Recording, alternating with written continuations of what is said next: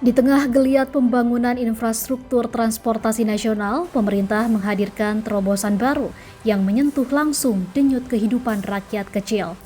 Para petani dan pedagang kini punya harapan baru yang melaju di atas rel lewat kereta khusus petani dan pedagang.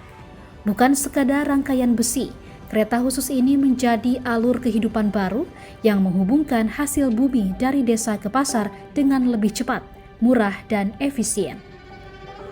Menurut hasil survei Angkatan Kerja Nasional (Sakernas), Badan Pusat Statistik BPS pada tahun 2023, pertanian dan perdagangan menjadi dua sektor yang paling banyak menyerap tenaga kerja, masing-masing sebesar 28,21% dan 18,99%. Hasil sensus pertanian BPS pada tahun yang sama menunjukkan tingginya jumlah usaha pertanian perorangan di Indonesia, yakni sebanyak 29.342.202 unit. Public transportation itu menjadi urat nadi dari perekonomian, diantaranya perekonomian kita. Nah, kaitannya dengan seberapa kita mengakomodir untuk petani pedagang itu kan kemarin Presiden menginisiasi untuk kereta pedagang dan petani. Ya, ini kita akan dorong sampai sejauh mana masyarakat pedagang maupun petani itu bisa menggunakan kereta sebagai moda transportasinya mereka. Ya, nanti dilihat animo dari masyarakat, khususnya para petani dan pedagang. Apabila animo tinggi, itu sudah merupakan kewajiban pemerintah untuk membantu masyarakat yang ingin menggunakan moda transportasi yang terjangkau oleh masyarakat, khususnya para petani dan pedagang. Kita bukan hanya menyiapkan ini, tapi kan kita sudah menyiapkan sampai ke pengadaan gerbongnya kan. Jadi bukan hanya segi regulasi, tapi kita sudah menyiapkan bahwa ada gerbong-gerbong khusus yang dipakai untuk mereka.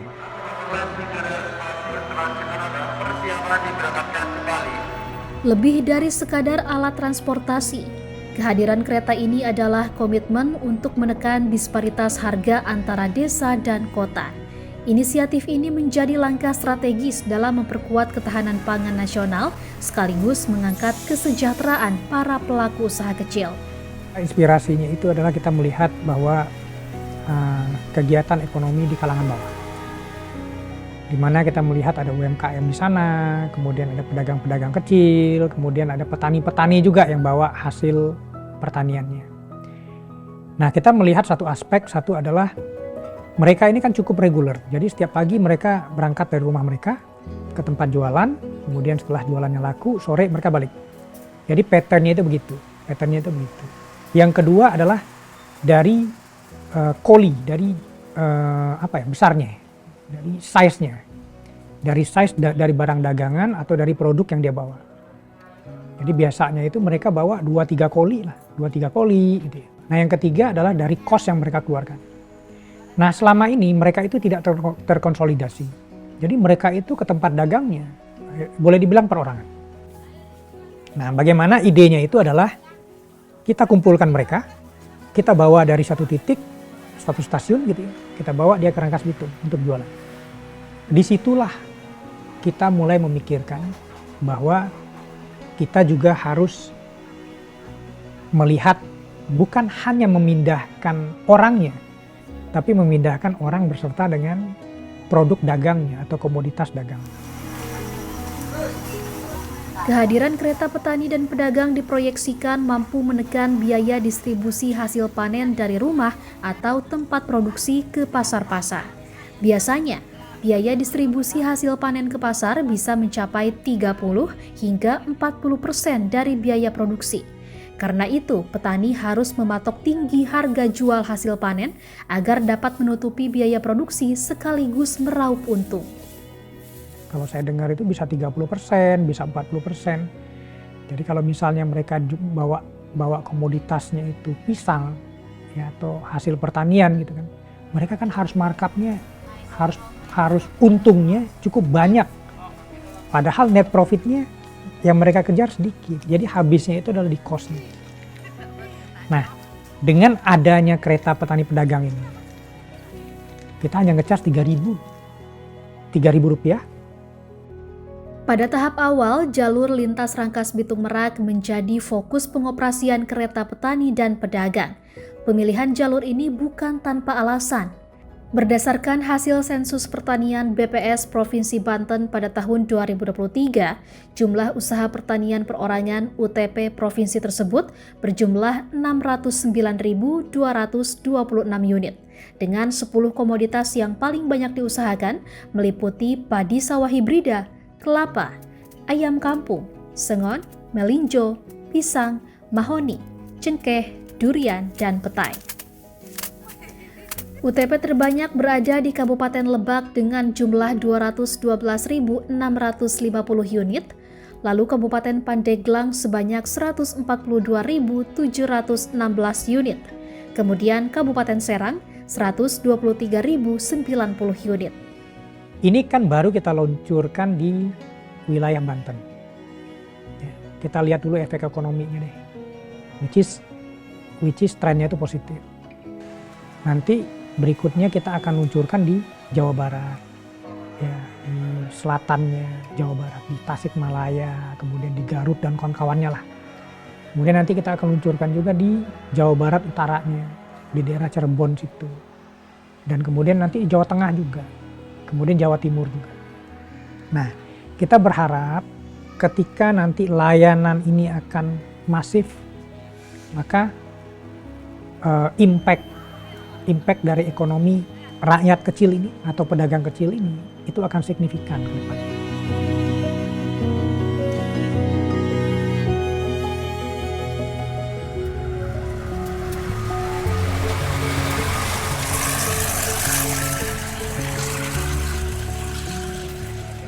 Nah, ketika secara teknisnya layak, ya, bisa dioperasikan, aspek pertama itu adalah aspek keselamatan. Kemudian kita juga atur ulang dari GPK-nya, ya, perjalanan keretanya, kan kita atur ulang tuh. Kan tidak bisa kita gandengkan dengan KRL, nggak mungkin kan kita gandengkan dengan KRL kan gitu.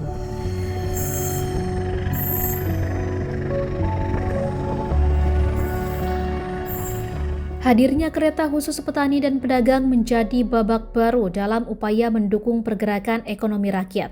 Guna mencapai tujuan tersebut, kereta ini pun dirancang dengan berbagai penyesuaian dari desain hingga sistem pelayanan.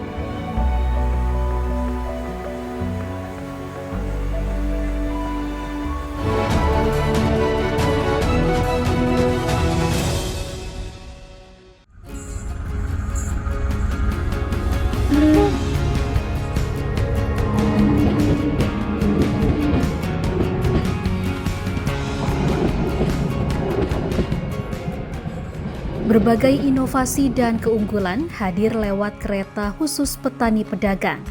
Dari desain gerbong, pengaturan interior, hingga terjangkaunya tarif, menunjukkan keseriusan pemerintah dalam menjawab kebutuhan petani dan pedagang kecil. Kereta khusus petani dan pedagang merupakan modifikasi dari kereta kelas bisnis dan ekonomi.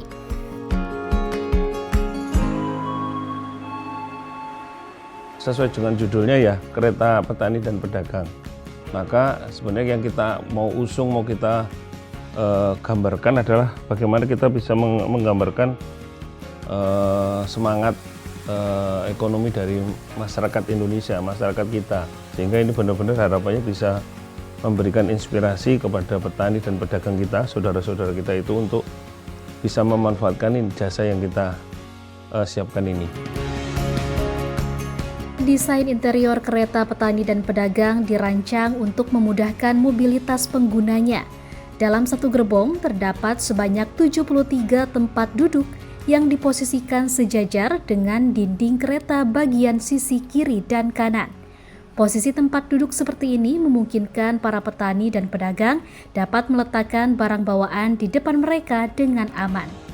Selain itu, pintu masuk yang berukuran lebih besar dari pintu gerbong kereta pada umumnya, yakni 900 mm, serta tidak adanya sekat antar bordes, membuat proses naik dan turun orang dan barang menjadi lebih mudah. Kalau dari segi desain tempat duduk di interior ya, saya pikir sangat-sangat mendukung karena itu untuk stylish atau model layout urban train. Urban train itu seperti KRL sekarang. Jadi memanjang bangkunya, tempat duduknya itu mereka saling berhadapan. Itu sangat mendukung. Jadi pedagangnya bisa duduk dan barang dagangannya itu ada di depan mereka sendiri. Jadi itu aman. Agar kereta khusus petani dan pedagang benar-benar tepat sasaran, ada tahapan khusus yang harus dilalui para pengguna sebelum menggunakan layanan ini. Petani dan pedagang harus membawa kartu identitas agar dapat melakukan registrasi di loket. Dari proses ini, mereka akan mendapatkan kartu khusus untuk mengakses layanan tersebut.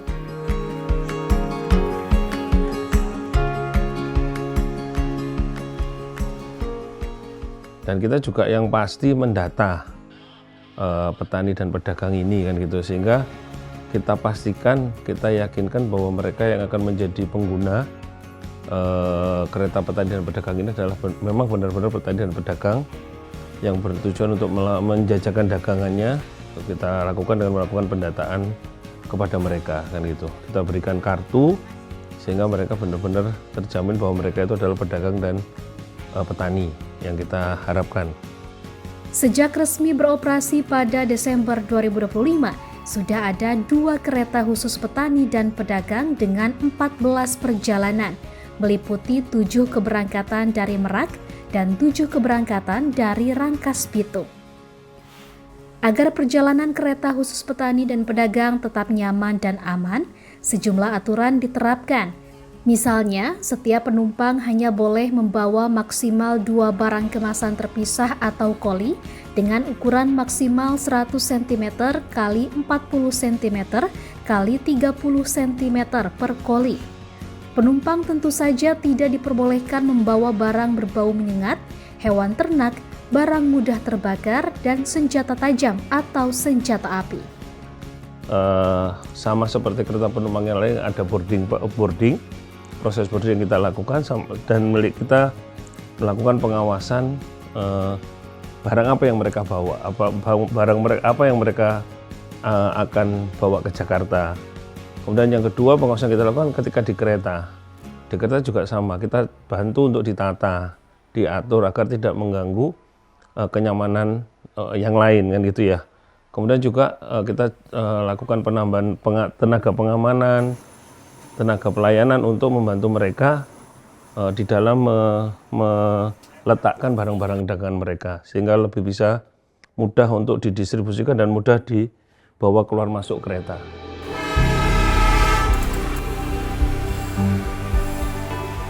Pemerintah menghadirkan kereta khusus petani dan pedagang dengan ragam kelebihan untuk memudahkan masyarakat mengangkut hasil bumi atau dagangan ke pasar-pasar. Melalui kebijakan tarif yang lebih terjangkau dibandingkan moda transportasi lain hingga waktu perjalanan yang lebih cepat dan terprediksi, menjadikan kualitas hasil bumi maupun barang dagangan masyarakat tetap terjaga saat tiba di pasar. Jelas, karena kereta ini jelas tarifnya terjangkau ya. Karena hanya 3.000 misalnya, 3.000 PP kan murah. Itu sudah sampai Merak, itu sangat murah sekali. Dan itu juga disubsidi oleh pemerintah ya. Jadi kalau dibandingkan dengan moda angkutan jalan yang lain seperti bus atau truk tentunya beda ya. Kalau mereka tentunya lebih mahal dan juga waktu atau traveling time-nya itu lama. Tapi kalau tidak bisa diprediksi, kalau ada macet, kalau ada kecelakaan, kalau rusak misalnya, itu juga susah diprediksi. Tapi kalau kereta api jelas bisa diprediksi. Jadi pedagang juga secara fisik, secara biologis juga mereka juga tidak capek, tidak lelah.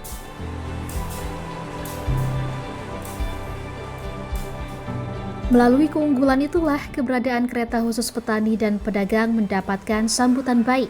Berdasarkan data PT KAI Komuter, pada pekan pertama pengoperasian 1 Desember 2025, kereta petani pedagang telah melayani sebanyak 844 penumpang. Jumlah tersebut terus bertambah, setidaknya dalam 60 hari pertama beroperasi, kereta tersebut telah melayani hampir 10.000 penumpang. Indikatornya adalah penggunanya semakin banyak. Semakin banyak, ada demand, ada permintaan, lalu kita juga pemerintah ataupun operator PTK dalam ini juga akan memberikan supply yang cukup, itu otomatis akan balance. Gitu. Jadi indikatornya adalah semakin tinggi pengguna berarti itu berhasil.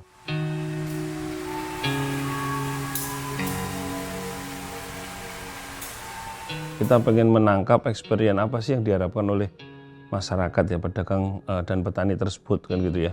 Dengan adanya kereta yang notabene kereta ini ber-AC, kemudian punya toilet dan terpisah dengan penumpang-penumpang yang lain ya. Jadi apa sih sebenarnya yang bisa kita dapat, experience yang mereka dapatkan sehingga mereka benar-benar bisa menggunakan kereta ini secara maksimal kan gitu ya.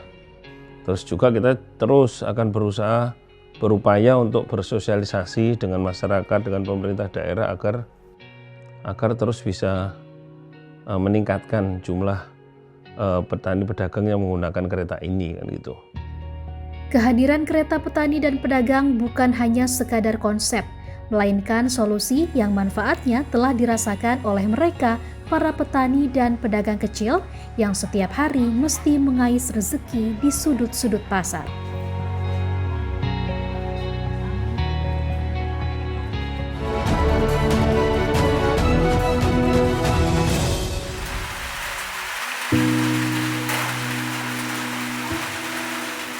Ya, mau pesan keripik ini singkong buat besok.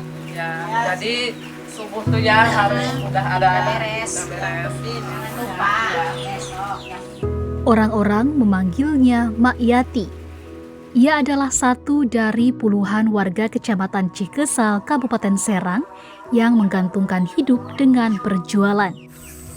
Setiap siang hari, Mak Yati bersama tetangga bergotong royong membuat keripik singkong untuk dijual di beberapa pasar. Di dapur sederhana, ia sibuk menggoreng singkong bumbu balado. Sementara yang lain berbagi tugas mengupas singkong hingga mengolah keripik pisang. Udah hampir 20 tahunan. Jualannya apa aja, Bu? Nasi merah, rebus-rebusan, keripik-keripik.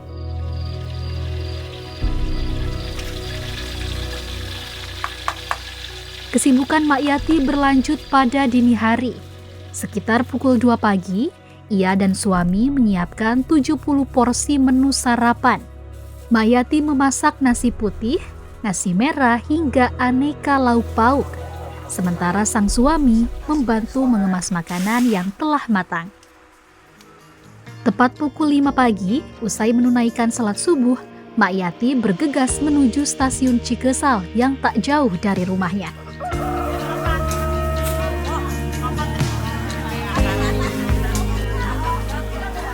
Di sana, para pedagang memiliki kebiasaan unik, saling bertukar barang dagangan agar pilihan jualan mereka menjadi lebih beragam.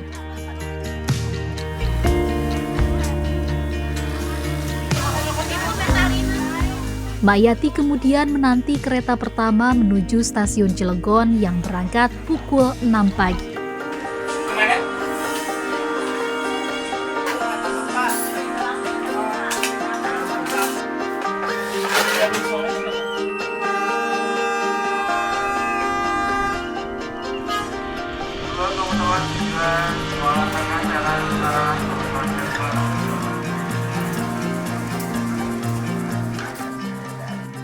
Pertama naik kereta, seneng banget Neng. Bangkunya udah ada, tiketnya alhamdulillah diadain terus. Jadi seneng, mudah-mudahan sampai dulunya ada aja.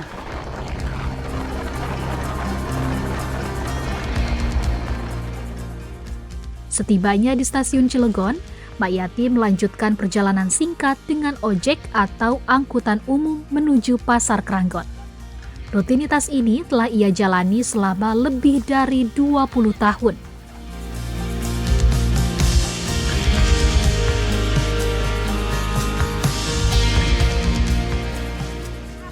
Gimana Ibu dagangannya hari ini? Alhamdulillah.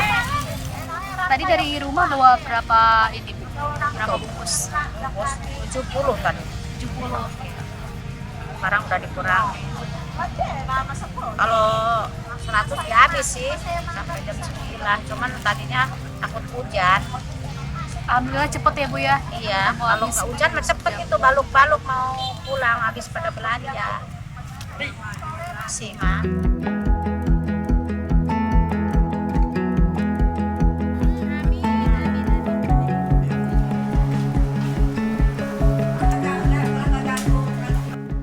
Selain faktor kenyamanan alias tak perlu berdesak-desakan dengan penumpang reguler, tarif kereta tidak membebani pengeluaran Mak Yati karena terbilang murah. Tak hanya itu, proses registrasi untuk mendapatkan kartu akses kereta petani dan pedagang juga mudah, apalagi petugas melayaninya dengan baik. Terus nanya ibu mau ada apa, mau ada kereta pedagang. Ntar dibikinin kartunya, katanya nanti ada kartunya. Udah gitu doang, didata dulu. Mau ada keretanya itu. Selain Mak Yati, manfaat kereta ini juga dirasakan pedagang lain. Mereka berharap pelayanan semacam ini terus lestari karena menjadi andalan untuk membantu mencari keuntungan dalam berdagang sehari-hari. Kalau ada kereta petani sama pedagang ya kita leluasa gitu Neng, bisa ngobrol sama teman banyak gitu. Kalau kereta sebelumnya tuh emang masih kereta ini ya Neng ya, cuman kan ini dikhususin buat petani sama pedagang.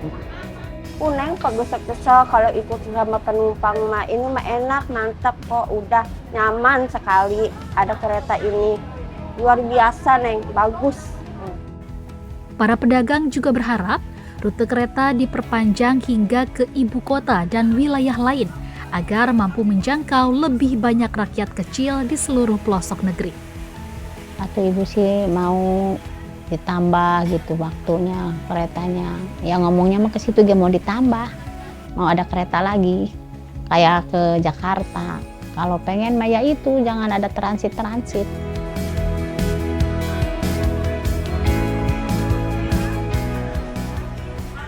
Ya kalau dalamnya lumayan lega gitu, terus gimana ya, pokoknya luar biasa begitu Neng, enak gitu. Ya kalau naruh barang juga kan gimana ya, posisinya lega banget gitu, enak gitu udah. Dan jangan dihilangin lagi ini Pak, harus diadain gitu, ini mah enak banget. Membantu banget. Ongkosnya kan murah ya, 3.000 gitu ongkos keretanya. Jauh dekat juga 3.000, lumayan lah gitu segini mah gitu. Luar biasa gitu keretanya, mantap.